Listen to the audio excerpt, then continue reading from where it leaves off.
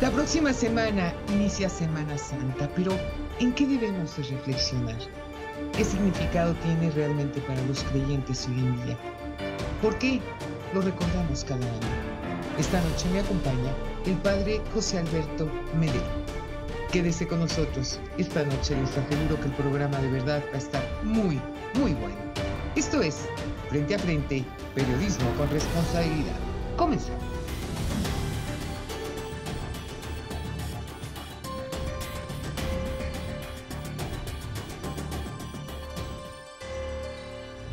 Muchas personas lo que hacen en esta Semana Santa, que inicia a partir de la próxima semana, pues es tomarlo como vacaciones, irse de reventón, así dicho de manera coloquial, ¿no? Y desde hace muchos años, fíjese, desde hace muchos años se ha perdido, eh, me parece, desde mi particular punto de vista, el significado real de la Semana Santa. Yo veo que de verdad no hay ese acercamiento, por ejemplo, en los días santos, ¿no? El jueves santo, el viernes santo, el sábado resurrección, etcétera, el domingo de resurrección, perdón. Todo esto que forma parte de eh, la cultura religiosa, de la cultura cristiana que nos permite en estos momentos lo más importante desde mi particular punto de vista, Padre, que es la resurrección. Es decir, el ver a Cristo que después de haber fallecido, después de haber sido crucificado, puede resucitar a los 3 días y elevarse al cielo. Ese es el gran milagro de Jesucristo. De tal suerte que esta es la parte que yo estoy sintiendo que se ha perdido mucho, Padre. Claro, yo creo que no hay que olvidar, o no hay que, más bien, hay que tener en cuenta lo que posibilita la resurrección, porque son dos elementos fundamentales de nuestra fe. Cristo en la cruz, que a nosotros ¿Sí? naturalmente no nos gusta la escena, Claro que no.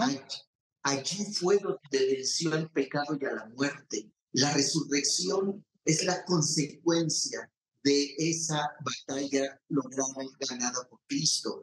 ¿Qué significa esta muerte? Cristo muere por amor. ¿Sabe qué significa amor? Así literalmente, la palabra amor viene de dos palabras latinas. A, que es una partícula privativa que significa sin, y mors viene del latín mors mortis, que significa muerte. Por lo tanto, la palabra amor nominalmente significa vida, sin muerte, vida. Por eso, el que muere en un acto de amor es el que vive. Cristo murió por amor y por eso vence a la muerte, que es la batalla final contra el egoísmo, es decir, el triunfo del amor, porque la cruz mueve el egoísmo, porque alguien da la vida por amor. Por lo tanto, hablar de la resurrección no es hablar de un triunfalismo vano. Hablar de la resurrección es hablar del triunfo del amor, que solo el amor vence a la mentira, que solo el amor vence al odio, que solo el amor vence a la violencia, que solo el bien es el único que vence al mal. Por lo tanto, si hemos hoy perdido el sentido de la resurrección, es porque estamos perdiendo la batalla del amor, porque dejamos que nos gane el egoísmo, la vanidad, la soberbia y todo lo que viene detrás de eso, las intrigas, los chismes, las mentiras y todas las expresiones de violencia tan terribles que vemos en nuestra sociedad. Entonces, celebrar la resurrección no es la fiesta vaina de un triunfalismo porque sí, sino es el triunfo del amor que a nosotros nos da lección entender que en la medida en la que vivamos del amor, estamos viviendo, estamos dando vida. Y en la medida en la que nos encerremos en nuestro egoísmo, estamos muriendo lentamente. Entonces, si queremos rescatar la resurrección del Señor, rescatar lo que esto es para nosotros, es tan simple como aprender de su y vivir el amor para triunfar con él sobre el pecado y la muerte Y no solamente vivir en la vida eterna, porque la resurrección no es en la vida eterna solamente, que claro, sucederá. Tenemos la firme esperanza de que un día moriremos y en la segunda venida de Cristo resucitaremos. Pero no es solo el futuro, sino es nuestro presente. Porque hoy necesitamos de vivir y vivir plenamente, y solo se vive por el amor. Padre, yo recuerdo cuando era muy chiquitita, quizá de 4 o 5 años, que las misas eran en latín. Entonces tenían un misticismo, un enigma muy particular, porque desde luego la gran mayoría de las personas que iban a misa pues no hablaban latín, ¿no? Se modernizó la Iglesia Católica y entonces le dio la posibilidad a todas las personas de hacer las misas en su propio idioma para que fuera más accesible. Al final de la jornada, padre, ¿por qué se ha perdido la fe? Yo creo que hay varios factores, Yo creo que yo creo que el factor más externo tiene que ver con que vivimos efectivamente en una sociedad que hoy los filósofos la llaman postmoderna, en la que el hombre vive un desencanto de lo que el mundo le prometió. ¿Qué es lo que el mundo le prometió? Que la ciencia, que la técnica le iban a dar la felicidad que tanto anhela. Hoy estamos muy avanzados en estos rubros y sin embargo el hombre sigue siendo infeliz. Y no solamente sigue siendo infeliz, se vuelve cada vez más violento. Vemos mayores signos de dolor y muerte a nuestro alrededor. Entonces el hombre ha caído en un desencanto, pero curiosamente no ha perdido la fe. Lo que tendríamos que decir es que hoy cree en cualquier cosa. No es cierto que se haya perdido la fe. Hoy se cree en cualquier cosa. Y si no, veamos el auge, por ejemplo, en el ámbito político de líderes, como se dice, populistas, que prometen el sol, la luna y las estrellas y la gente les cree. O artistas que cantan muy bonito, que hacen grandes shows, pero que dicen barbaridades y la gente les cree. O O lo las típico. series que se hacen y las películas de apología del delito, porque hay que decir las cosas por su nombre, padre.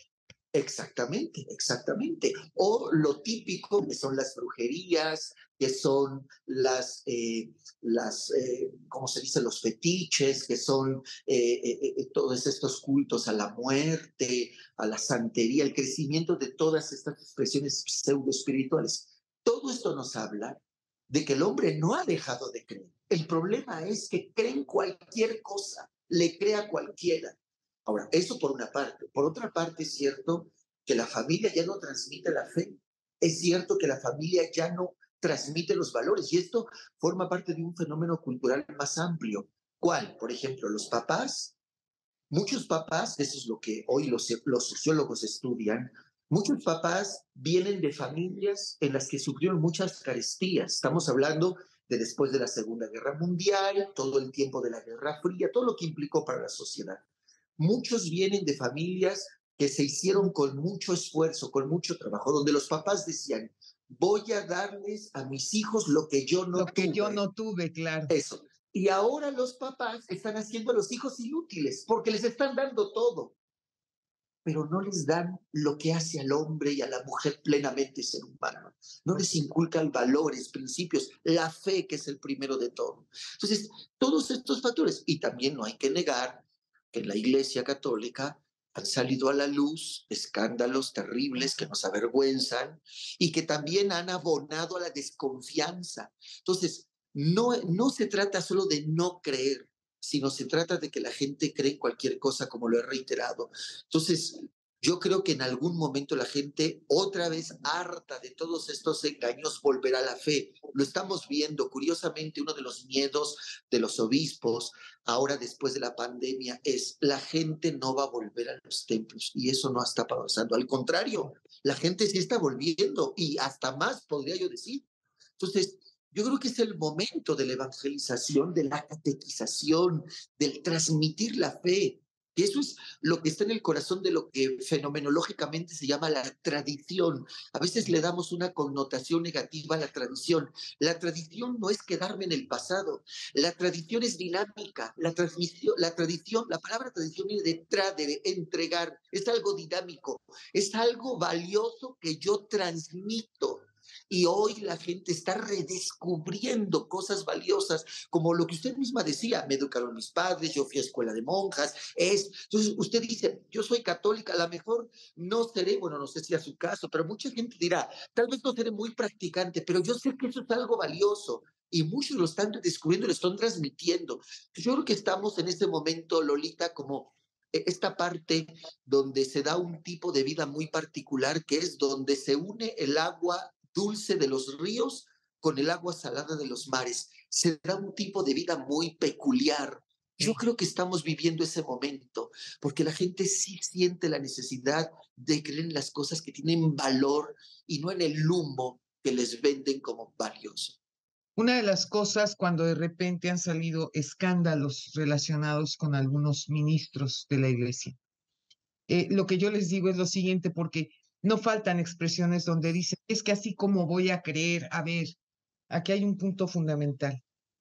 Mi fe es en Dios, mi fe es en Jesucristo, ¿ok? Entonces, esto no tiene absolutamente nada que ver ni con Dios ni con Jesucristo. Los seres humanos cometen errores, cometen delitos, y nadie estamos exentos a decir: yo soy un ser perfecto más que Dios. Entonces, mientras mi fe esté en Dios, Dios es mi creador y Dios es mi guía. Así es. El Señor quiso poner en las manos de la mediación humana los dones de su gracia. Y la mediación humana es imperfecta. Esto no es una justificación, No, naturalmente, a que a quienes nos ha puesto al frente de su pueblo seamos congruentes con nuestra fe, por supuesto, pero también usted ha dado en el clavo. Esto se trata de una respuesta personal. Y esta respuesta personal pasa efectivamente por mi propia responsabilidad. Fíjese que San Francisco de Asís, cuando él vivió en una época de una grande decadencia espiritual en la iglesia, yo no sé sí, si cómo no. sus tiempos sean muy parecidos a los nuestros. Es muy Había, probable, padre. fíjese, había sacerdotes celebrando la misa con sus concubinas en primera fila y la gente Bueno, lo sabía. Y entonces veían a San Francisco participar devotamente en la misa y le decían: oye, Francisco, pero si ahí estaban sus concubinas, sus amantes, sus hijos, ¿por qué o sea, por qué permites eso? ¿Por qué sigues creyendo en esto? Y la respuesta a la que usted dio, esa es la respuesta. Yo creo en Dios y yo no voy a cometer un suicidio espiritual. Cada quien es responsable de su propia respuesta ante Dios. Y a mí Dios no me va a juzgar por los pecados del clero, ni por los pecados de los representantes de las religiones. Me va a juzgar por mis actos, por lo que yo opté. Y si yo decido suicidar mi vida espiritual por los pecados de otros, pues seguramente es que así soy en otras cosas. Y el que está mal soy yo. absolutamente, padre. Le mando un abrazo con todo cariño, de verdad, y que tenga una excelente Semana Santa. Una invitación a todas aquellas personas que nos están viendo y escuchando. Ojalá que esta semana de verdad les sirva para reflexionar, para poder pensar qué podemos hacer cada uno de nosotros como ciudadanos en beneficio de nuestro México. ¿Cómo podemos sumarnos para hacer el bien, no para hacer el mal? No se pierda nuestro próximo programa. México vive tiempos de cambio, tiempos de dar la cara, tiempos para hablar frente a frente. Muy buenas noches. Gracias, padre.